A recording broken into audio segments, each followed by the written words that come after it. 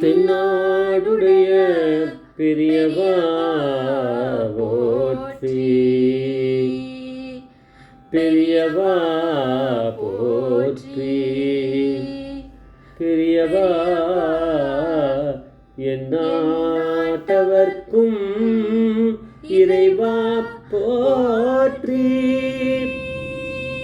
இறைவா போற்றி, இறைவா சர்வஜா சர்வவியாபி மகாபெரியவா சரணம், மகாபெரியவா சரணம். சர்வஜா சர்வவியாபி மகாபெரியவா சரணமாய பிறப்பருக்கும் மகாபெரியவா போற்றி, மாய பிறப்பருக்கும் மகாபெரியவா போற்றி.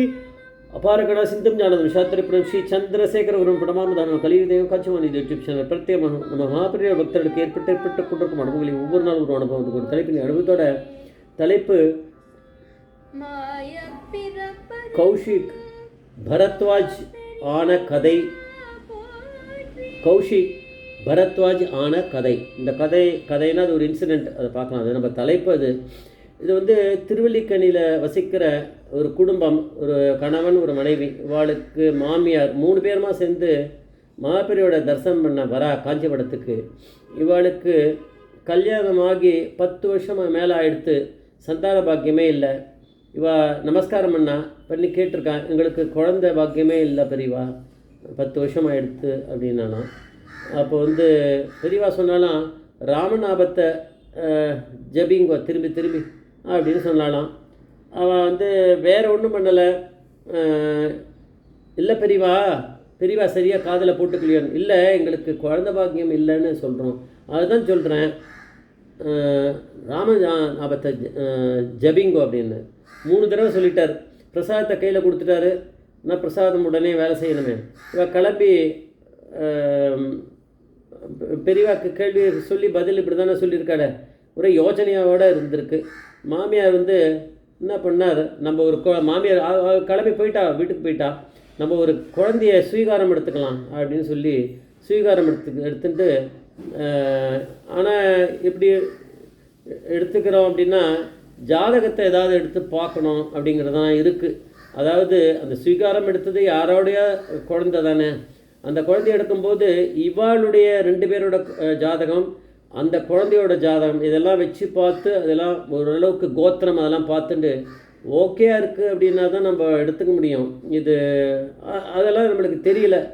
ஜஸ்ட் லைக் தட் அவள் எடுத்து ஒரு ஸ்வீகாரம் பண்ணிட்டாவான்.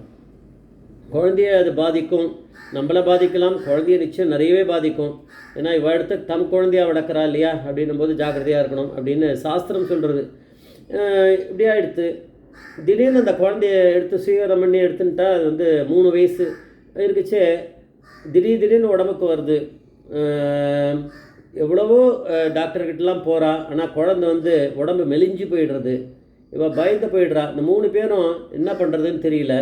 திரும்பி கிளம்பி காஞ்சிபுரத்துக்கு வராவான். காஞ்சிபுரம் வரா. குழந்தை மாபெரியவா கிட்ட விஷயத்த சொல்கிறா.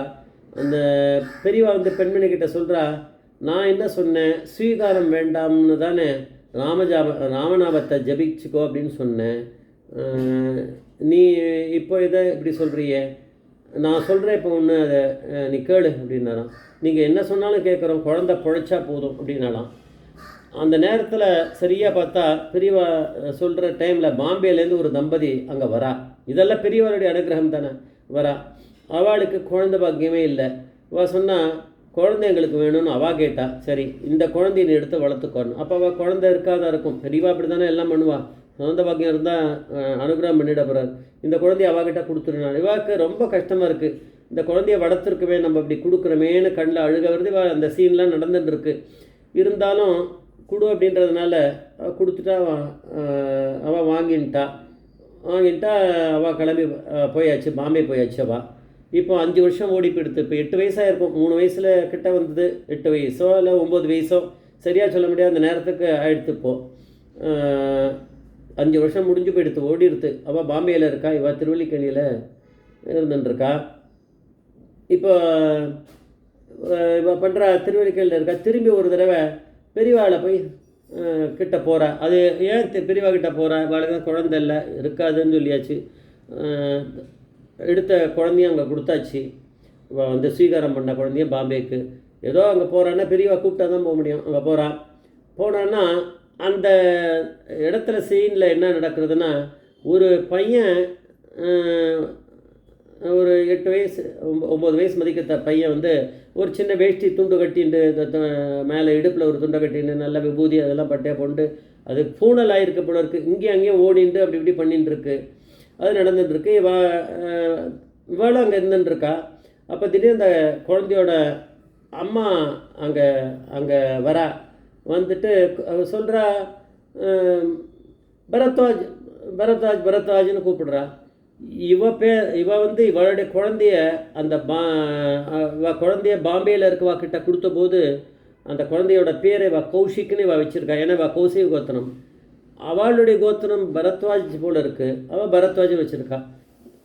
இவளோட குழந்தை 3 வயசில் ஸ்வீகாரம் பண்ணி பாம்பேக்காராளுக்கு கொடுத்த குழந்தை தான் அதுன்னு இவளுக்கு மறந்தே போச்சு. மறந்தமே 3 வயசில் இருக்கவா 8 வயசில் கிட்ட கொடுத்த பிறகு இவன் அந்த அம்மாவுக்கு. ஆனால் இந்த அம்மாவுக்கு கொஞ்சம் கொஞ்சம் புரியுறது. அவளாக இருக்கலாம், அந்த நம்ம பையன் மாதிரி இருக்கலாமோன்னு தோன்றுறது. ஆனால் அந்த பாம்பேக்காரர்களுக்கு நான் தான் மாற்றி சொல்லிட்டேன். அந்த பாம்பேக்காரர்களுக்கு இவாகிட்டேருந்து தான் அந்த குழந்தைய வாங்கணுன்ற அளவுக்கே மறந்து போயிடுது. அந்த பையனுக்கும் கிட்டத்தட்ட இந்த பழைய அம்மாவை மறந்து போயிடுது. அதான் இப்போ அந்த ஸ்வீகாரம் முதல்ல எடுத்துட்டு அவளை மறந்து போயிடுது. இதான் சுச்சுவேஷனாக இருக்குது. அதுக்கப்புறம் வந்து என்ன பண்ணுறது, அவள் வந்து இப்படி ஆகிடுது அப்படின்னு சொல்லிட்டு. ஆனால் இப்போ என்ன சுச்சுவேஷன் பார்த்தா, அந்த குழந்தை வந்து குழுன்னு ஆகிருக்கு, கொஞ்சம் குண்டாக இருக்குது. இவகிட்ட அந்த ஒல்லியாக இருந்து குழந்தை அவகிட்ட கொடுத்தா அந்த குழந்தைய கண்டுபிடிக்கிறது கஷ்டம், அந்த ஐடென்டிஃபிகேஷன். ஆனால் சுமாராக புரியுறது இந்த அம்மாவுக்கு. திருவள்ளிக்கேணியில் இருந்ததுவாக நம்ம குழந்தை மாதிரி தோன்றது. ஏதாவது கண்ணு மூக்கை பார்த்து சொல்லுவாளே இப்படி இருக்கலாம் அப்படி இருக்கலாம்னு. ஆனால் அது அங்கே தான் அம்மா அம்மா அம்மான்னு அவகிட்ட ஓடின்னு இருக்கு. அது வந்து அவள் வந்து பரத்வாஜ்னு அவள் பேர் வச்சுட்டா. பரத்வாஜ கோத்திரம் போல் இருக்குது. இது கௌஷிக். இங்கே கௌசிக் கோத்திரம், கௌஷிக்னு பேர் வச்சா. அந்த கௌஷிக் வந்து பரத்வாஜான கதை என்ன அப்படின்னா இந்த கதை தான். பெரியவா பார்த்தா 2 பேருக்குமே குழந்தை கிடையாது, வரப்போகிறதில்ல, அதனால் நீங்கள் இப்படி பண்ணிக்கோன்னா. ஆனால் ஒரே ஒரு இது சொல்கிறேன், அதில் நம்ம நல்லா ஜாதகத்தை பார்த்து இது பண்ணணும். அதை வந்து குழந்தைகள் பேரண்ட்ஸ் அஃபெக்டாக பண்ணக்கூடாது, குழந்தைய மெயினாக அஃபெக்ட் பண்ணக்கூடாதுன்றது இதில் இது. ஜெய் ஜெய்சங்கர் மகாபிரிய பாதமேஸ்வரர் மகாபிரிய பாதமேஸ்வரர்.